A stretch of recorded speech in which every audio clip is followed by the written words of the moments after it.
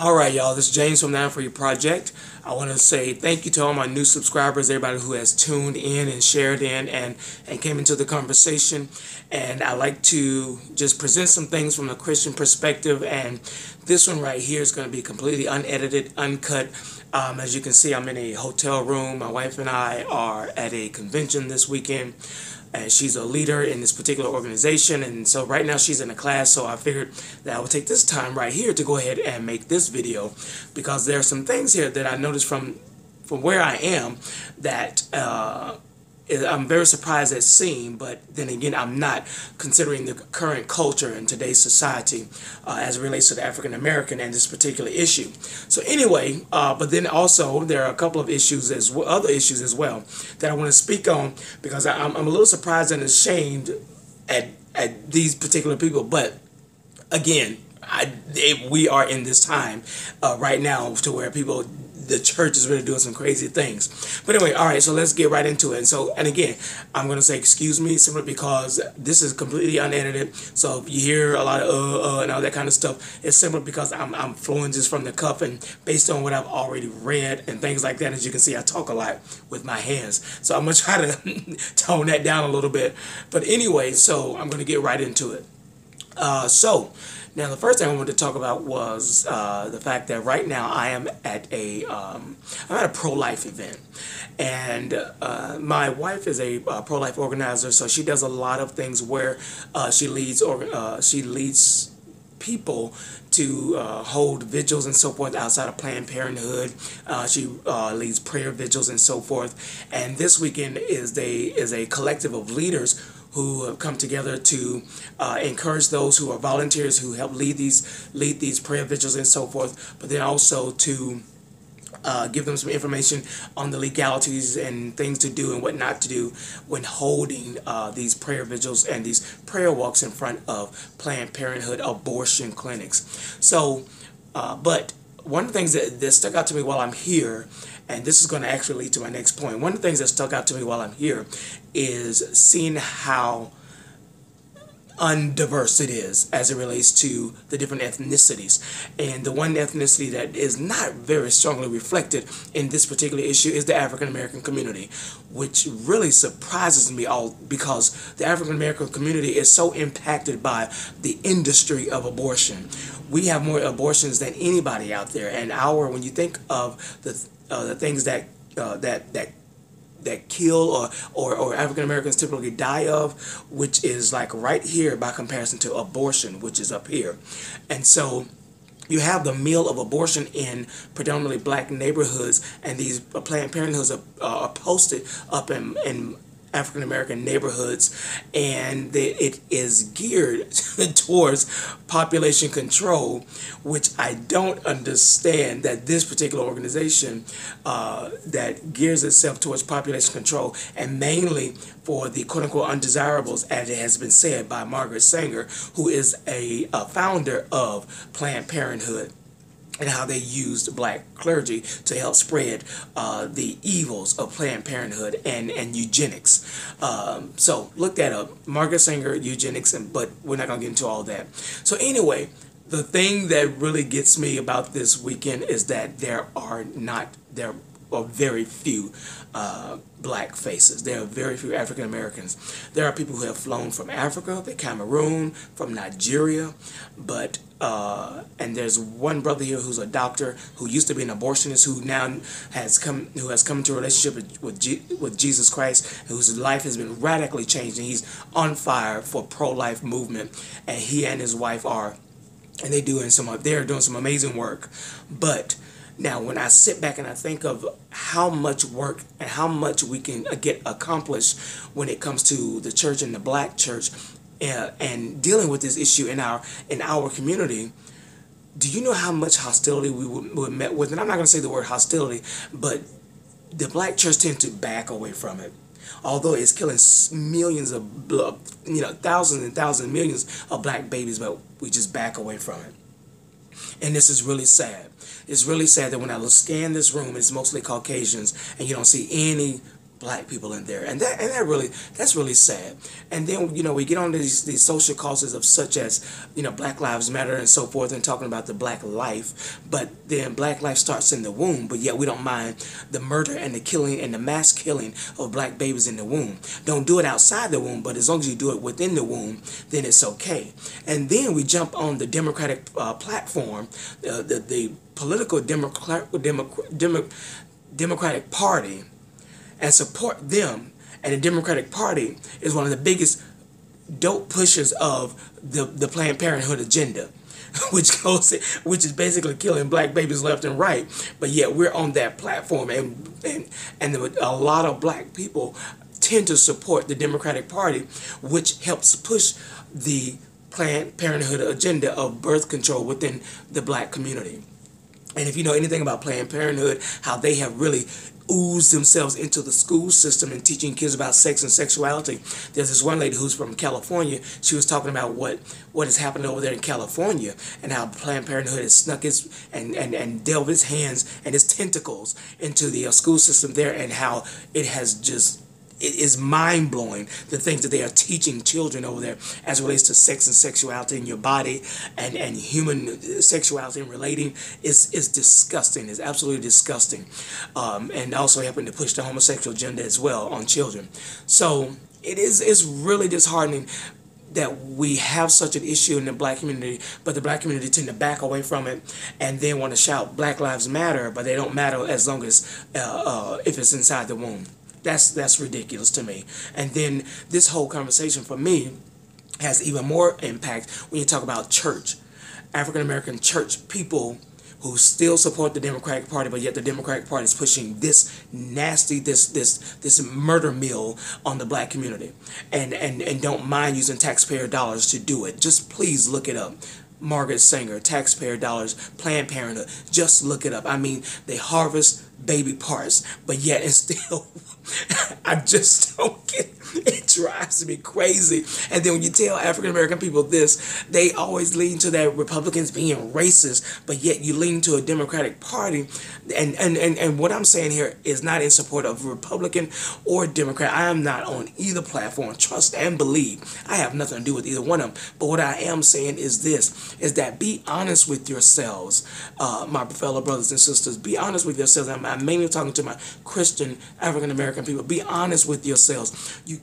How can you carry on about racism, but yet you'll stand on the platform of the Democratic Party, and yet they are pushing the two things that are driving the demolition of the demolition of the black family, homosexuality and abortion. I mean, without building a family, then you destroy the family. I don't get it. And every piece of science that supports the ideal concept of a man and a woman raising children together, and how that impacts children and the benefits that serve to the family and the community, somehow it just gets thrown out the window. I don't get it. Someone please make me understand that. How does that get thrown? That gets thrown out the window, but yet, oh gosh. Anyway, so this is one of the things that we're talking about here this weekend with this particular convention. But yes, it's very disheartening to see that there aren't any black faces there. And then also to also notice that when you try to get black church clergy to get involved, it is so sad that we will ask our congregation to raise $65 million to buy a plane, but yet I have yet to see certain leaders come to the forefront and be a face to speak against the murder of black babies in the womb. I have yet to see that, to do it publicly and to make a stance and to take a stance. And you say, that's not what God has given me to do. God has given you to defend the defenseless. And God has given you a voice to speak truth to power, and to speak to that and to speak the life-giving force of His word that's found within His word, that's found within His Son Jesus Christ. But yet still we're afraid. We don't want to rock the boat. We don't want to get into all those social causes stuff. But yet you're talking about you need a plane. But yet you're talking about y'all need to build another center, another youth center over here. Not a youth center, excuse me, but another family life center. But yet the one thing that helps establish a family is the creation of family. But yeah, we're quiet on it. So anyway, I don't really understand these black church leaders nowadays. Many of these black church leaders, not all, many of them, and especially the ones who have a large platform and a large following, you have an influence right now to really make a difference, but yet we don't. But as soon as a young black kid gets killed in the streets, then we won't all want to holler and congregate and get together, because I'm going to say maybe because you can relate, and there was a life that was there, but also there's life in the womb. As soon as the sperm meets the egg, there's life right there. So anyway, moving right along, Cynthia Hale, shame, shame, shame. Shame, shame, shame. I'm not going to dig too hard on you. And just, you know what? Because of that, because of what I'm going to talk about, I got to put this on.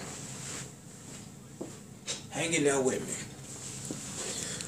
Here we go. Cynthia Hale, you get the glasses. That's right. You get the glasses because, first of all, you got booed at the DNC. And then the fact, again, you've been a big-time leader.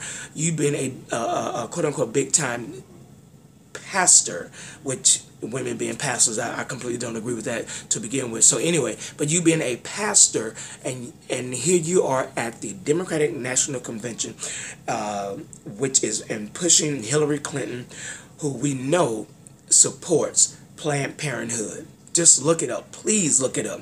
And of course, we know that. And then with everybody being on Obama's tip as well, it just cracks me up. You pastors was, as soon as you can get in the spotlight, y'all are there. Many of y'all are there. Y'all can't wait to get on that spotlight. But to just really bring a hardcore word and say this is wrong, you're scared. You're scared. You back up, you get scared, you don't want to say anything, you don't want to ruffle feathers, you get scared. And I just don't get it, but you got all that anointing, all that Holy Ghost power, everybody falling out every Sunday at your church, but then you get scared to stand in front of these people and say, this is wrong. This is not right. This is not of God. But yet, as soon as they want to give you a platform to stand there and shine and bring your best clothes and all that kind of stuff, then you want to stand up there so you can prop yourself up and look cute. This stuff drives me crazy. And sometimes it's just a game, y'all. Sometimes it's just a game. But we are in that season of the falling away, and even the elect not even paying attention to what's going on. And then people want to jump on folks for not voting and so forth. And I'm like, hey, I'm just not going to vote. Don't you tell me that I have to vote. Don't tell me that I have to because my ancestors this and that, and people died for the right to vote. Let me tell you something. People also died to spread the gospel of Jesus Christ. But the majority of y'all won't get out there and won't say nothing to nobody about Jesus, which saves souls and saves lives for eternity. But yet y'all sit out here and make a fool of yourself for all these politicians out here putting on your red, white, and blue hats and your diapers all the way down from your ankles and all the way up to the top of your head, and painting your face all these colors and all that kind of stuff, putting bumper stickers all over. And I think the lady's trying to come in right now. Hold on. Not yet. Yeah, that's the lady trying to come in to ruin the clean room.